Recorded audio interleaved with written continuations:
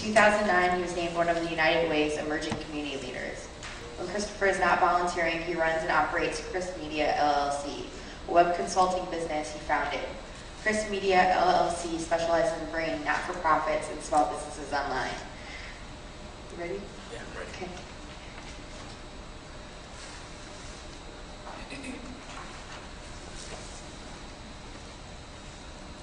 Good morning, everyone. Good morning.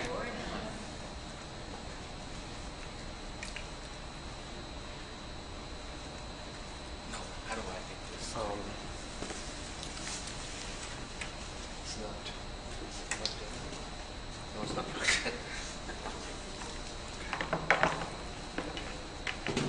I have a little technical difficulty. What would a conference be without it?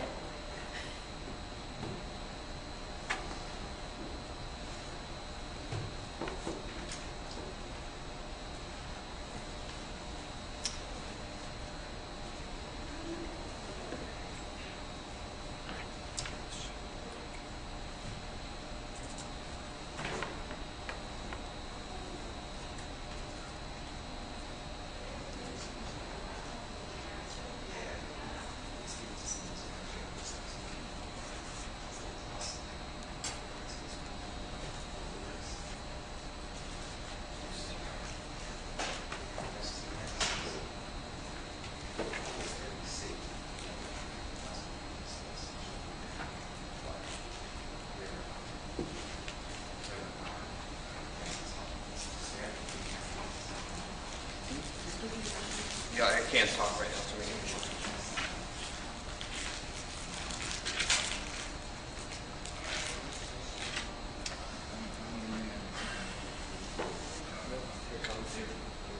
There we go. All right.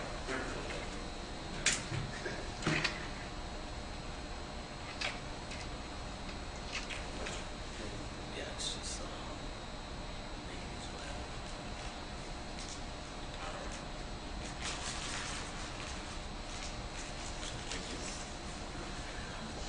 Good morning, everyone.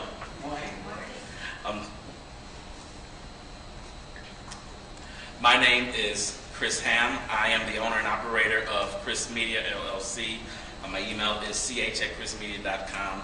Chris Media is a web marketing and web development, and online marketing company in Champaign, Illinois.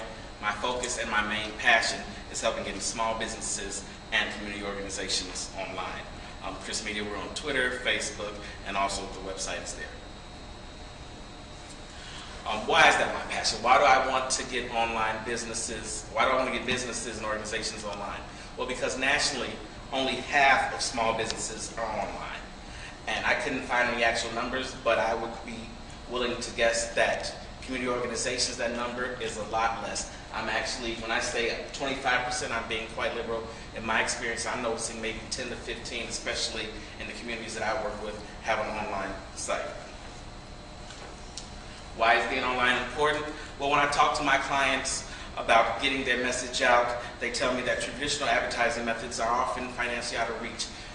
Many of the organizations, they don't have the budgets to get a billboard. They don't have the budgets to get a commercial. Word of mouth is not as effective without an online link. So when people ask, what's going on, where's the information, they say, give me a URL, email me. If I can't send a person a link to that organization, then that organization is not relevant. And then finally, the phone book is dying if it's not dead already. Only about 30% of the population even uses the print phone book anymore to look up information. I know my phone books, they stay in the corner until the end of the year, and I throw them out when I get the new one. And many communities, you can even opt out of even receiving the phone book, and that's quickly growing. I say 5 years from now, the print phone book as we know it won't even exist. So why aren't these organizations and businesses online? Well, my clients always tell me, we don't have the time. They say, we don't have the money, our budgets are so small. And then finally, you need to be a computer nerd to figure this stuff out, and we don't have the technical know-how. When they say these things to me, I tell them, not that much time is required. You can get online for free, and if you can fill out an online form or send an email, you can get online fairly quickly. I I like to work with solutions that are readily available, and so these are the top 4 solutions that I work with: Twitter, Facebook, Google Sites, and WordPress. How many people use Twitter for an online business or a community organization? Excellent, excellent. So Twitter is an online microblogging service that allows people to send and receive messages up to 140 characters. Some of the pros of Twitter. Twitter has over 140 million active users. So that means that if your target audience or your member group is not on Twitter, they probably soon will be, or at least know someone who is. It only takes minutes to set up to get on Twitter. All you need is a username, a password, and an email address, and you can be posting. The other good thing about Twitter is very easy to connect with other people, businesses, and groups. They have a follow feature. And also, Twitter can be customized to match the brand of your organization. You can change the colors, you can import your logo, you can do all kinds of creative things to make Twitter look the way you want. Twitter is ideal for businesses and organizations with frequent calls to action. Since with Twitter you're constantly putting out information, it's great for organizations that want you to do something. Do you want to come to this meeting, you want to come to this event, or do you want to contribute to our cause? Cons of Twitter. That 140 character limit can't always convey the entire message. So often you'll see people trying to post a long message and it's split into multiple tweets, and that can sometimes get confusing. Twitter content isn't always indexed in search engines. Google is constantly having a negotiation with Twitter whether or not they'll index their content completely, and so some days it'll be there, some days it will not. Also on Twitter, there is no place to put a detailed company information. So if I'm running a business and I want people to know my address, my phone number, and other contact information, Twitter doesn't have a default place to put that. Also, you have to abide and adjust to Twitter's ever-changing terms and look and feel. Twitter can decide at a moment's notice, we're going to change how Twitter looks, and if you're subscribing to Twitter and using that for your site, you just have to go with it. Next up is Facebook. How many people are using Facebook for a business or a community organization? Fantastic. So Facebook is an online social networking service that allows people and groups to share messages, photos, videos, and events. Some of the pros of Facebook.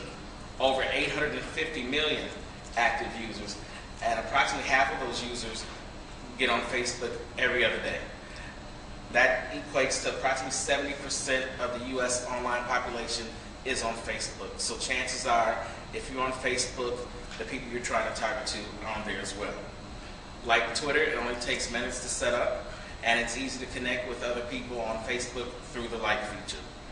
And I also like Facebook because there is a dedicated place to put your company information. You can put your mission statement, your address, your phone number, and other important contact information. Facebook is ideal for businesses and organizations that want to engage and converse with their customers and members on a regular basis. Cons of Facebook. Like Twitter, their content isn't always indexed in search engines. Also, who sees your content is not always controlled by you. Facebook filters content, and so they now determine what they think is important for your page, and sometimes your content will not show up on the pages that you want to reach. And just like Twitter, you do have to abide and adjust to Facebook's ever-changing terms and look and feel. And Facebook is not a great place to share non-video image files. I know if I want to post a PDF on Facebook, you either have to link it from another site or you have to convert it to an image first in order to show it. Next up is Google Sites. How many people are using Google Sites for a business or organization? Excellent. Google Sites is an online website creation tool that allows anyone to design a free website. And like the name implies, it's run by the wonderful people at Google. Full disclaimer, I am a Google fanboy, so I will speak highly of Google, so don't hit me. Some of the pros of Google Sites: it's very easy to collaborate and share files. You can upload many files as you want and share them with everybody in your group. You also can use custom domain if you like. So you can make your Google site www.mysite.com if you want, but you don't have to. Google will provide you the hosting space for free if you don't have your own domain. As of now, Google has hundreds of themes that you can download and customize the entire look and feel of your site, so you definitely can make it match the brand and image of your business or organization. And because it is Google, all the content on a Google site is indexed and searchable. Google Sites are ideal for businesses and organizations that want a simple website with easy to find information. Some of the cons of Google Sites. Content is not fully controlled by you because it is Google. You are storing your information on someone else's server, even if you're using your own domain. And so you do have to abide and adjust to Google's ever-changing license terms and agreements. You must use Google's tools for certain features. So if you want to post video, if you want to have a calendar, they're starting to make it easier to post other services. For the most part, they strongly encourage you to use Google tools such as Google Calendar or YouTube video. And there are storage limits. The maximum file size you can use is 20 megabytes, and the maximum site size is only 100 megabytes. So if you have a fairly large site, this would not be the option for you. And then finally, solution I want to talk about is WordPress. How many people are using WordPress for a business or an organization? Excellent. WordPress is just an online content management system that allows people to create feature-filled websites. Content management system really is just an online system where it's fairly easy to go in and update and change content without having to be a computer nerd. Pros of WordPress. WordPress is one of the fastest growing platforms online. 22% of all new websites created are created with WordPress. And so the community is huge, the support community is huge, and WordPress is scalable and fully customizable. It can look any way you want. It does use the basics of web design, so you can create your own themes, or you can go out online, and there are thousands upon thousands of themes that you can download for WordPress. WordPress is an open source platform, meaning you can go out and get all the code and you can change it any way you want. It's available free of charge. And if you wanted to, you could run WordPress off your own personal laptop. And like Google Sites, all the content on a WordPress site is indexed and searchable, and content can be downloaded, backed up, and it can be archived. WordPress is ideal for businesses and organizations that want a robust website with dynamic features. It has support for blogs, e-commerce, and you can run a membership social networking site. Some of the cons of WordPress. WordPress is hacked regularly because it's such a popular platform, and so WordPress is always updating the platform. And sometimes when you make the updates, your site will crash, or it will have features that you aren't prepared to support. Also, WordPress, unlike the others, there's a strong learning curve. You cannot just create an account, sign up, and be up and running in a matter of minutes.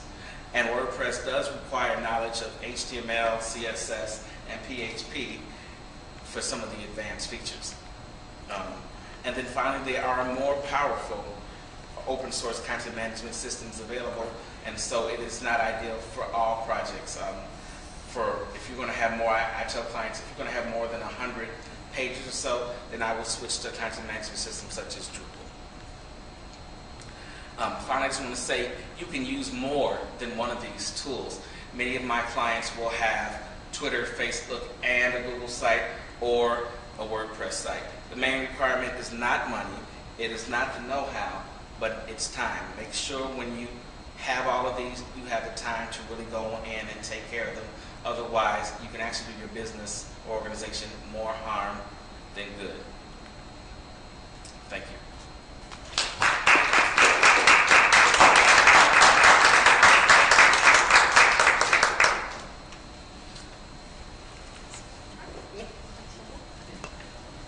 We're now going to welcome Elizabeth Rosas-Landa to the podium. She was born and raised in Mexico City. She received her BA in Information Technology from the Insurgentes University, as well as a certification in e-commerce in Mexico. She worked as the Director of Technology for the national marketing firm Marketing and Promotion Company in Mexico City, where she gained more than 7 years of expertise in the technology field. She moved to the United States in 2010. She volunteered in several nonprofit organizations helping communities improve their technology skills through different programs and taught technology classes in different institutions throughout the Latino immigrant community. She currently works at the Resurrection Project as program manager for the Smart Communities BTOP program, a Broadband USA initiative, where she focuses on bridging the digital divide in the Pilsen neighborhood. Her focus is on education of adults in digital literacy, as well as providing digital tools in the community's residents and business owners, such as the Pilsen portal. Hello everyone, good morning. Sorry, I have a technical difficulty with my presentation. The idea is we have, the title is Pilsen, one of our smart communities. Are you familiar with the Pilsen community? Yes? What have you heard about Pilsen? Right, great restaurants. Great restaurants, what else? Art galleries. Okay, what else? Nice library. Nice library, okay. Well, besides that, one of the main purposes of this panel is why Pilsen is considered a low-income community. Unfortunately, we have a lot of issues that we are facing in the daily basis in Pilsen. One of them is the low-income constituency. Unfortunately, we have the majority of the population in Pilsen, it's Latino. Not just only Mexican, we have, the majority is Mexican population, but there is a lot of diversity in Pilsen. Pilsen is growing so fast, and it's, a lot of people is feeling attracted for this vibrant community. However, we have a lot of families that their incomes are too low, and that doesn't allow them maybe to be educated in technology, in the technology field. The other issues that our community is facing, it's the immigrant. We have a huge percentage of immigrant community.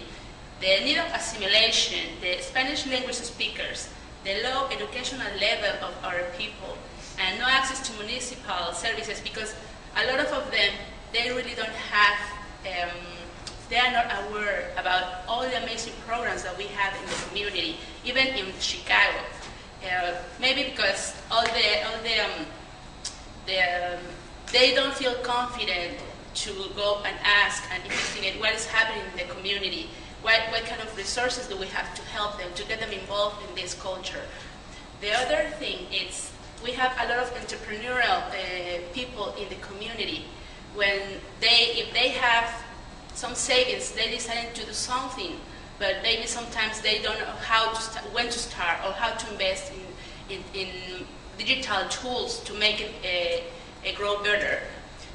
And the other is the serious lack of computer digital literacy. And unfortunately, even families, seniors, entrepreneurs, they do not have how to use a computer. That's why we, through one of these programs that I'm going to talk about now, we are trying just to change people's lives.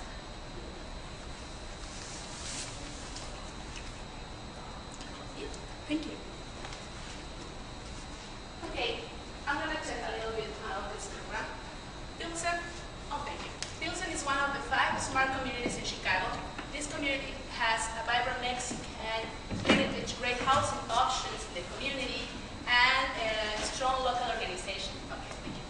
Strong local organization and strategic location. The other thing is the smart community. Pilsen is one of the smart communities, the 5 smart communities in Pilsen. This program is based in Pilsen, Humboldt Park, Englewood, Chicago Lawn, and our Gresham. This program is part of Chicago Digital Excellence Initiative, and it's administered by Links Chicago. Thank you. One of the programs through the smart communities and how we are changing the community is we are providing different technology programs to the community. One of them, we are providing computer classes for free for everybody. Everybody who do not have any knowledge in the technology basis, we can help them, we can introduce them how to use a computer, how to get familiar, what is a mouse, how to use it, how to use the internet, how to create a letter for your alderman. All of this stuff, we can help them just to get into the technology, and we help them also to lose the fear of how to use a computer. Everybody, a lot of our students feel that if they touch a computer, it's going to broken and it's not going to work anymore. Then we are trying just to let them know that once that they learn how to use a computer, their life is going to change absolutely. In one of these pictures, these photos that I'm showing to you, it's the majority of our audience is the adults that feel the necessity just to get into technology and how to take advantage for that. A lot of parents that their kids go to the school and need to do homework, all of them need to use internet, and the parents don't feel confident in use it because they don't know how to, and they feel frustrated because they maybe don't have the tools to help their kids. Through these programs, we definitely are changing their lives because we have trained more than 250 Pilsen residents to help them just to use better and more efficient technology. Thank you. The other program that we have is the Civic 2.0. One of the peculiar characteristics of this program is just to promote the civic engagement in the community. The civic engagement through this program, we help them to use how to use the City of Chicago websites. For example, a lot of us, maybe we don't know who's our alderman in the community. We help them. We help them how to find that information. If somebody graffitis one of your walls, how you can put a ticket on internet. If you don't have a card and you take the bus, how to go to online and check the CDA bus tracker and check what is the time that the bus is going to stop on the stop bus. And the other thing is the social media tools. Facebook, it's for a lot of us, it's called the new internet. The new internet where everybody got excited and shared the business and personal information. Then when our parents or all of our students learn how to use Facebook, that completely changed the feeling of share information. They want to see we always are pretty curious about what others are thinking or what others are doing. And Facebook is the best place where you can just know a lot of things about everybody. Then our parents use it to share information with their families in Mexico, with their families in other countries. Now they have learned how to chat on Facebook, how to make a video conference in Facebook, and they just want to live it. All of our students now have friends in Facebook, and we can share information about different programs, technology programs, how they can apply for and other resources where they can just feel confident using technology and make them improve their daily lives. The other thing is the Pilsen portal. Have you ever heard about the pilsenportal.org? Yeah. Anyway, yes. The portals are part of this initiative, Smart Communities, and the Pilsen portal is a community website. The portals were built with the main purpose to provide community information to the local residents. But we never expected that it would be a pretty successful website where a lot of people, not just local people, can get access to that website and can share information. It's totally free. Anybody can share stories, news, events, photos, videos, everything that you think that it's going to be positive for the communities, we can share it in the Pilsen portal. Pilsen portal has been a pretty successful website and has increased during the last 3 years, has increased considerably their total of visits. In 2010, we just have more than 2,000 visits. 2011, we duplicated, and now, since currently April 2012, we just have 21 visits. We are expecting to close the year with more than 100,000 visits. That makes us feel that people is following us, people is checking what is happening in Pilsen, why this community is changing, why this community is adopting internet. Why are they following us in Facebook? We have more than 2,000 followers on Facebook. That means that people really are getting to the technology tools to see what is happening, because it's more efficient. A lot of, we have people, we have parents that maybe at the beginning of the courses, they didn't know how to open an email account, they didn't know how to get better resources for the kids or for themselves. Now, they go to the Pilsen portal and they can find different programs, different benefits, different stories where they can feel connected and attracted, and they take advantage of these programs. Thank you. We have another resource in Pilsen that are called the kiosks. The kiosks are smart touchscreen computers that are located in the strategic public places where people that do not have internet access in their houses, they can just go and use the resource in a restaurant, we have in the parishes, in medical health centers, in the YMCAs, for example. Everybody that needs just to check address in a Google Maps, that they want to see what time the bus driver is going to, their stop is coming to the bus stop, or find any basic information, they can get access totally free. Or if they need just to find some information about any of the portals, they just can go and visit one of the kiosks. The Business Resource Network. A lot of us are entrepreneurs and we would like to invest in a business. And sometimes we don't have a strategy how to market better our business, because a lot of us invest our savings and definitely we don't want to lose them. How to do this better?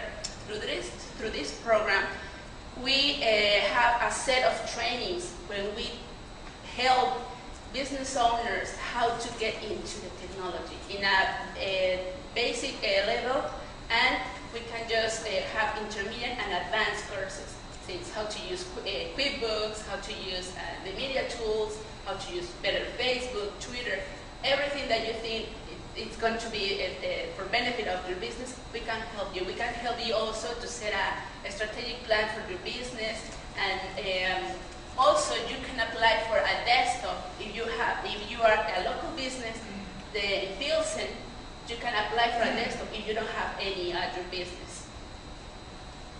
Thank you. Well, at the beginning, I start with maybe not the most positive things in Pilsen. Now, how we can change through this program our community. We have trained over 200 people, completed the Civic 2.0. We have graduated more than 200 people. We have more than 150 Pilsen residents receive a free netbook. When our people are going to take the Civic 2.0 classes or the Everyday Digital, if you finish all the set of classes that we have and you are a Pilsen resident, you can apply for a netbook. Because what we want is that you adopt internet, and we want to make your time more efficient. The other thing that we have is more than 140 people have adopted internet as part of their lives. Over more than 50 local business owners completed their business resource program and applied for our computers, and now they feel more confident in how to market, how to better market their businesses. And also we have programs for the youth. During the summer, we offer jobs for some youth. We pay them, and after they finish the 8 weeks of work, they apply for a MacBook for free. Then all of these tools that we are providing in the community, definitely we are building a technology neighborhood, because we want that our people take advantage of all the programs that we have, not just in Pilsen, in Chicago, even nationwide. Through what? Through the internet access. Thank you. One of the things that we like to do is to motivate our people in the community. Then, once that you finish your program, we like to do a graduation. In that graduation, we honor these people that decided to lose the fear and take advantage of the programs, study so hard, apply for their computers, and we give them a certificate of completion supported by the City of Chicago. For all of these parents and Pilsen residents, this is amazing because maybe some of them, they never had any graduation in their lives. When they feel that they achieve this goal, they really feel happy and they feel that they really continue being educated and using technology for these things. And again, this is one of our examples of families in Pilsen that this is, all of these people that you can see that this family have been our students. The youth and the parents were to be trained in using technology programs, and now they feel confident in how to help their kids and how to track or find better jobs using the internet. Definitely this program is one of the programs that are changing people's lives. Thank you.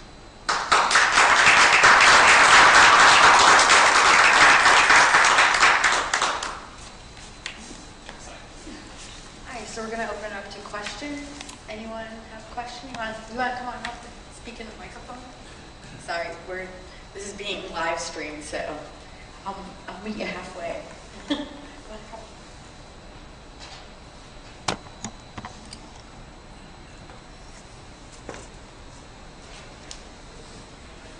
Elizabeth, that's a really, really impressive presentation and very clear, and thank you so much.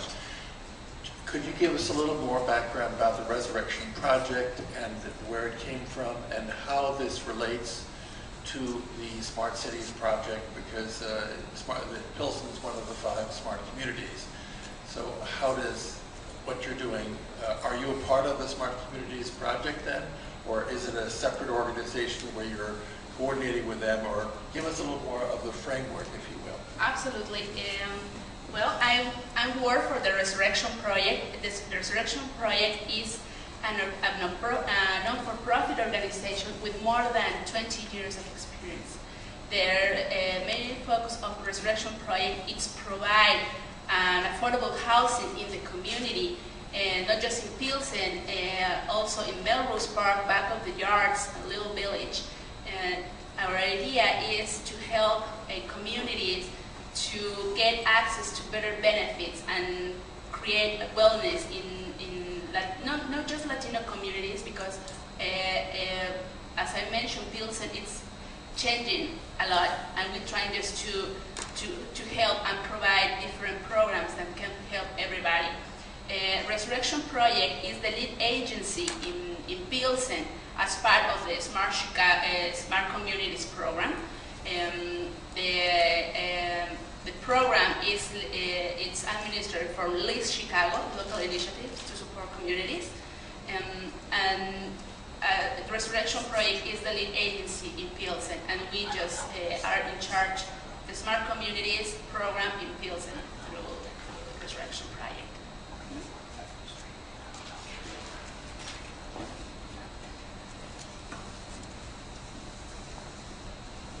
Hi. My question involves how do you get people to make that initial commitment? Because typically people are very hesitant or reluctant. Do you go through faith-based communities, or do you go through associations? Are there groups or things that you go to kind of get that initial push? Well, our Latino community, sometimes it's hard to convince, just have to engage them, because always that they hear about an amazing program when they're gonna get a certificate and they're gonna get netbooks for free, they think that you are gonna charge that is gonna cost you something. Then one of the greatest things that Pilsen have is that community feeling. We have a lot of community organizations in Pilsen, and we have created strong partnerships with all of them. We have done outreach in the community, promoting this program, and trying to convince them that they need to use technology to improve the daily life. Then we have visited churches. We have gone to the mass. We have gone to events in the schools. We have a good relationship with local schools, and their support have helped us to engage all of these Pilsen residents and help them to get into these technology programs. I also like to chime in on that. Outside of my business, I also do a lot of community work, and so I've noticed that you have to make it relevant to get them engaged. You have to find something that they're interested in. I do some work at a church, and we have a seniors class, and that's actually our most popular class because they don't have the transportation ease that some of the young people have, and so they rely more on technology for communication. And so once they found out that I can go online and video chat with my grandson, then it became very exciting for them, where I can email my family in another city, and I don't have to pay long distance phone bills. Then it became very exciting. So you always have to look at who is your audience and what is relevant to them, and then you have to show them how that can be enhanced using online resources. One of the other things that I would like to share with you is that it's not just to have a group of people that attend to your classes. It's how you connect with them to make them to come back for the next class and the next class. And at the finish of the course, they are asking for more. What's next? What's the next level? We want to continue learning more things, how we can just use Skype, how can we just improve our skills with Facebook, because even if Facebook is a great place where you can do a lot of stuff, it's a little complex for them. Then they continuously want to learn more. Always they go to our offices and say, hey, teacher, what is going to start the next course? What are we going to do? How we can help you to volunteer with your organization? That's what we are building, the community engagement. That's one of the main proposals to these programs. I can definitely relate to what you're saying. At Chicago, I help people with computers. A lot of them are first-time users, might not know how to use the mouse. Many people don't know how to type. And making it relevant to what they're doing, especially job searching, is something you work with people with job searching, Elizabeth? Yes, absolutely. As I mentioned to you, we have other parents that one of the main goals is to learn how to use technology to apply for better jobs using internet, because you know the majority of the applications you need to fill it out on internet. And one of the greatest news is that we have had some parents that have gotten jobs through these programs, because now they feel that they can use a computer as part of their job skills, and that has allowed them to. Yeah, I think sometimes it's hard to remember, especially if you were raised with using the computer, that there are things on there that are hard, like the shift key, how to capitalize. Like that's something I feel like I'm constantly, when someone's filling out an application or getting a new email account, they're going to be using, you want to capitalize your name. And so it's like the little things. It's not just like, oh, here's a computer, we're going to teach you how to use it. It's like everything. So, you had a question?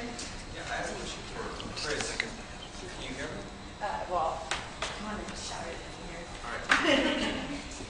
This question is for Chris. You talked about the tools that you use, but you really didn't talk about your community and the population that you serve, so I'd like you to just elaborate on that a little bit more. Okay. Well, I actually work with clients all over the country, but my passion is the local community in Champaign, Urbana. That's where I live. I'm originally from Chicago, but primarily minority communities. A lot of my clients are the local churches, organizations that are nonprofits, volunteer organizations where they have budgets in the hundreds or even tens of dollars, and when they go and talk and look up a website, they see it's going to cost thousands of dollars. They're like, we can't afford that. We know we need to be in this online space, but there's no way we can really get our power bill paid. How are we going to afford that? And so I go in and I can sit and talk with them, and I say, hey, look, we can get you online essentially for free. I just want to get you started. Let's get you started off. Just show you what the possibilities are. And most of the time, after they're on there for a while and they start building their community, they realize that, hey, thank you. This has definitely changed the organization. People are learning about us, because many times they'll plan an event and then they wonder, why, Chris, how come no one came to my event? I said, well, who did you tell?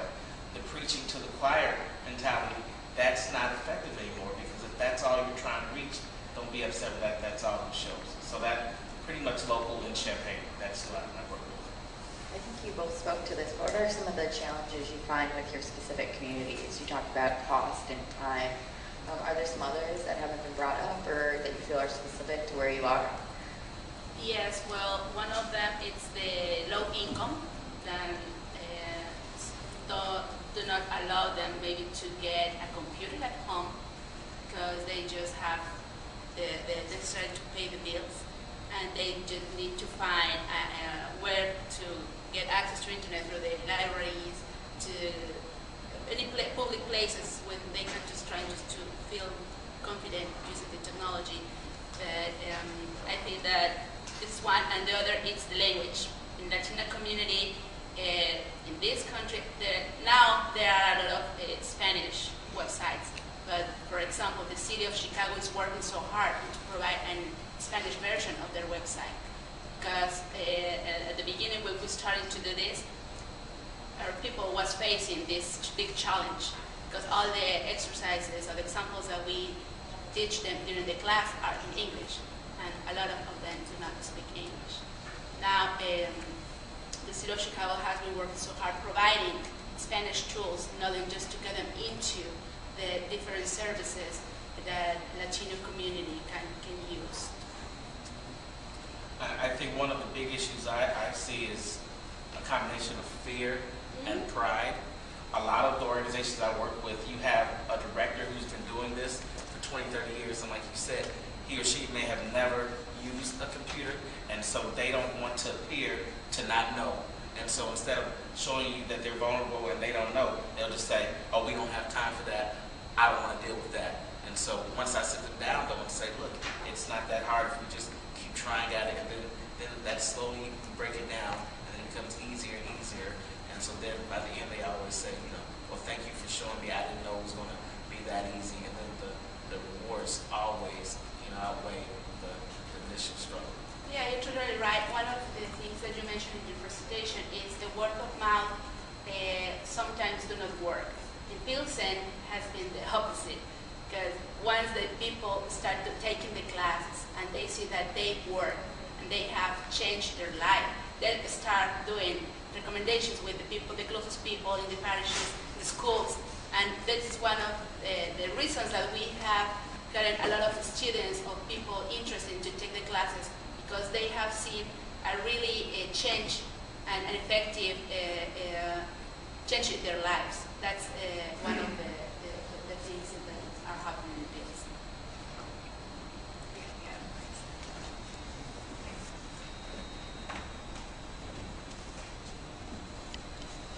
Hi, this is for you, Chris. How do you handle some of the ongoing tech issues, like sort of supporting the sites you build for your partners and that kind of thing? Especially things like, you're talking about WordPress. I've had a lot of trouble with that with community organizations because it does get hacked, or it changes to the interfaces of Twitter, Facebook, that kind of thing. Do you maintain like ongoing relationships, or do you try to document things? How do you handle that in the long term? I handle that in several ways. First of all, let me say I'm probably way too nice than I should be. All of my clients know they can kind of call me any time of day, because usually most of my clients, I have a really nice relationship, and so I'll get a call at 11 o'clock saying, Chris, I don't know how to add this picture. And I said, well, I'll come out there tomorrow and I'll go there and show them and sit down with them and say, this is how you do it. But also, whenever no matter whether it's Twitter, Facebook, WordPress, or Google Sites, I always give them very detailed documentation, and I sit down with them for at least a couple of hours showing them all the steps they'll need on how to do it. And then, like you said, I am usually an additional administrator or the administrator on the accounts, so I kind of monitor them, and I let them know, hey, WordPress has been updated, we need to go ahead and update it. Let's go, and I'll sit down with them and just show them the process. And so, like I said, I spend a lot of my time doing that, and it definitely can be cumbersome. But I do think it's worth it, because if not, their site goes down. When you get that phone call, they're panicking. So I'll give you an example. Last week, I had a client who called and said our email isn't working. I set up the hosting for them, and they didn't know what was going on. Essentially, they just forgot to renew and pay the bill. But they didn't know that. But I called the host and we talked it out, and all their emails were restored. They would not have known how to do that. And so I'm glad I do have that relationship, and they can call me and we can make those things happen. I like how you're both talking about bridging, like it's not just about having the hardware and software, but the knowledge to, you're both providing that through classes or one-on-one support. Someone else, you have a question?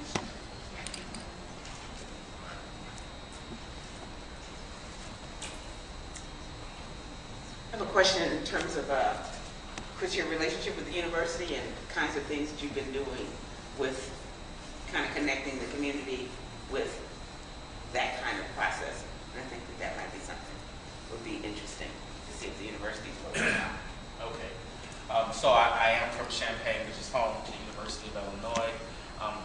Historically, the university and the community have had a strong disconnect, but the university is home to lots of resources, and a lot of them are available free. And so I like the fact that I do come from that university background.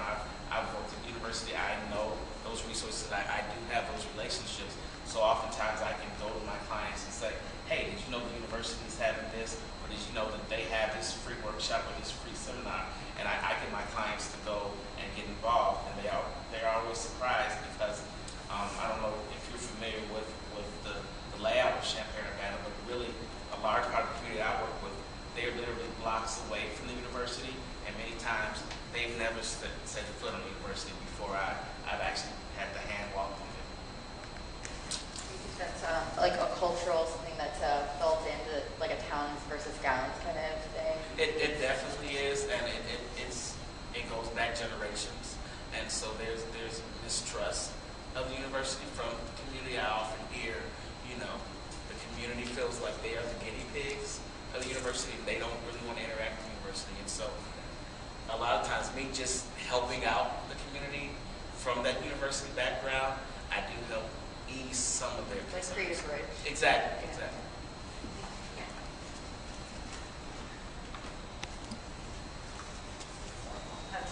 Okay, thank you. I'm so impressed with the computers and the classes that you offer over at Pilsen. I had two questions. One is, what's the grant process like? Is it something you have to do every 2 months, every year, every 5 years? And how long do you think it's going to keep coming in? And the other question was if there's any additional requirements for taking those classes besides being a resident of Pilsen. Okay, first, the Smart Communities program is a 2-year grant, and unfortunately we are going to be over at the end of December of this year. We open classes every 3 weeks, every 3 months.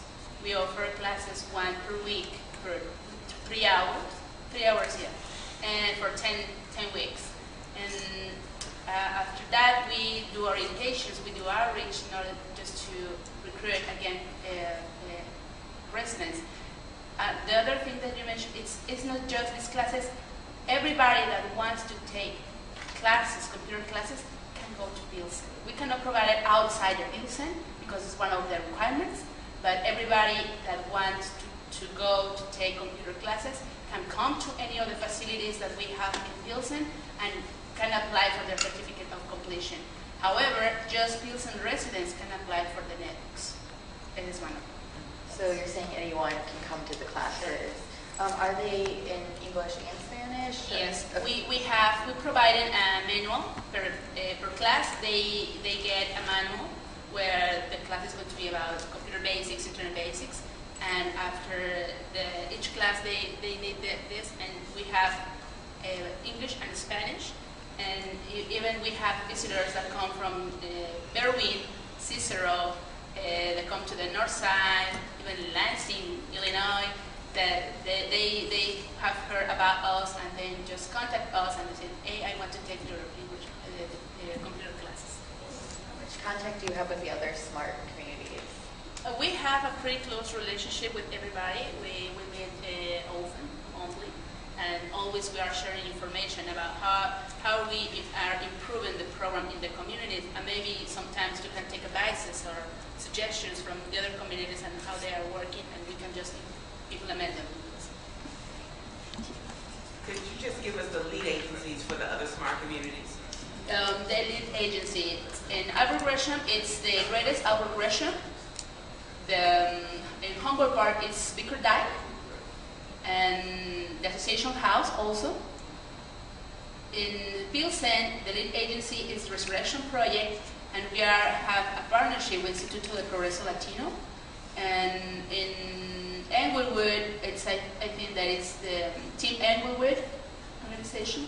In Chicago alone is Southwest Development Corporation. You're right.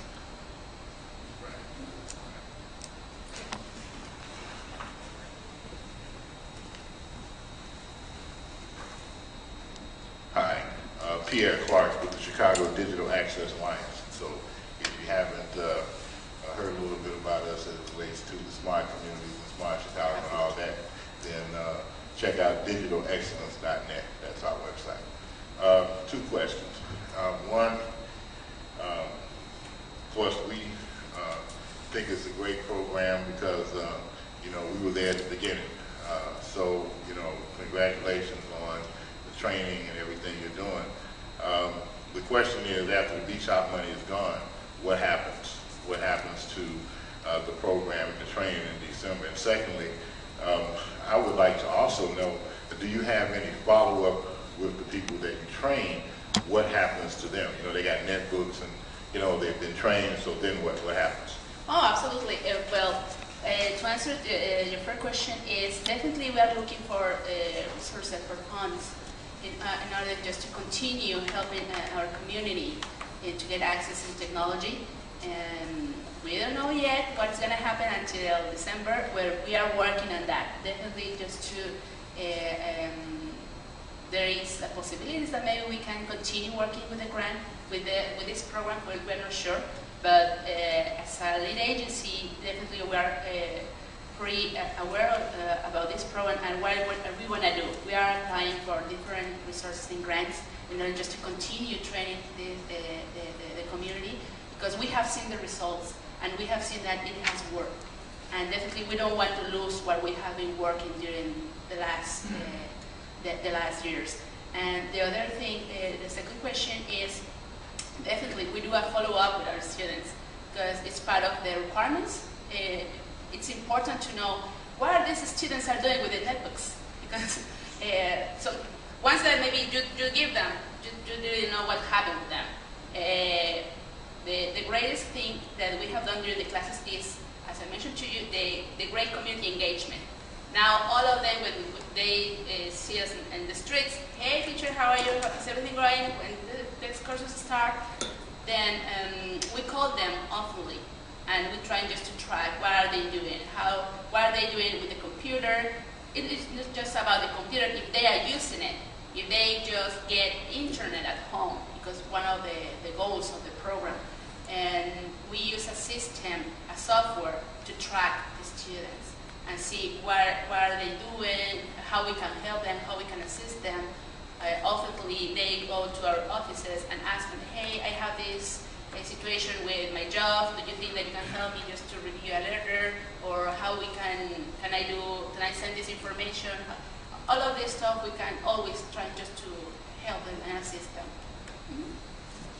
I think we're going to wrap up. We have about 10 minutes. Do you guys want to finish up? Do you have any comments after the questions or specific things that you want to talk about? I mean, I thought it was really interesting, Chris, that you brought up that there's a divide between the university and the town, and how you feel like you bridge that. Is there anything else you want to comment on that? Or? Well, I just want to say I'm one of many people in the community who handle the bridging, but I do think technology is helping with that bridge as well, because it's allowing the two sides to communicate in ways that they probably wouldn't have in the physical way. So they can go online and interact that way and say, hey, you're from quote unquote that side of the tracks, but we're all people, we're all the same, and we can all interact in a great way online. If you have any concluding ideas? Yeah, sure. One of my questions at the beginning of this is why the City of Chicago, the government, is investing in these programs in low-income communities. I think that one of my conclusions would be that in Pilsen, the one majority Latino community, we are pretty good consumers. Then definitely, if we are better educated and we are aware about the different programs, services that you can apply and take advantage of them, if you use correctly the technology tools, you are going to be benefit, and this country also is gonna get a good benefits. If we learn how to shop online, if we learn how to pay our bills online, if we learn how to make more efficient our time using technology, then when they discover all the stuff that they can do online, that's what they really feel connected using this. That's one of the. I would definitely agree that that there's, I mean, it's not so a new idea, but that, you know, access to technology and digital literacy is almost like a right. And as more things go online and there aren't hard copies anymore, that it's really important to have that, you know, the knowledge and people providing that, especially the people who unfortunately fall through the cracks sometimes. And last thing, it's hopefully we can continue getting support from foundations or organizations that really believe in these programs, because these programs have shown that it is effective, it has worked. And if we continue working with our communities, providing good programs that really benefit not just by themselves or the whole community, the impact, it's reflected in how now look feels in today and how it's going to look tomorrow. Well, thank you, Chris and Elizabeth, and thank you all for attending and your questions. Thank you. Just to remind everyone, we have lunch right now, and we're going to be back and reconvening at 12:45. So that's about an hour and 15 minutes. So, and there's lunch on the second floor. There's a big food court. You can get some food down there. Thank you.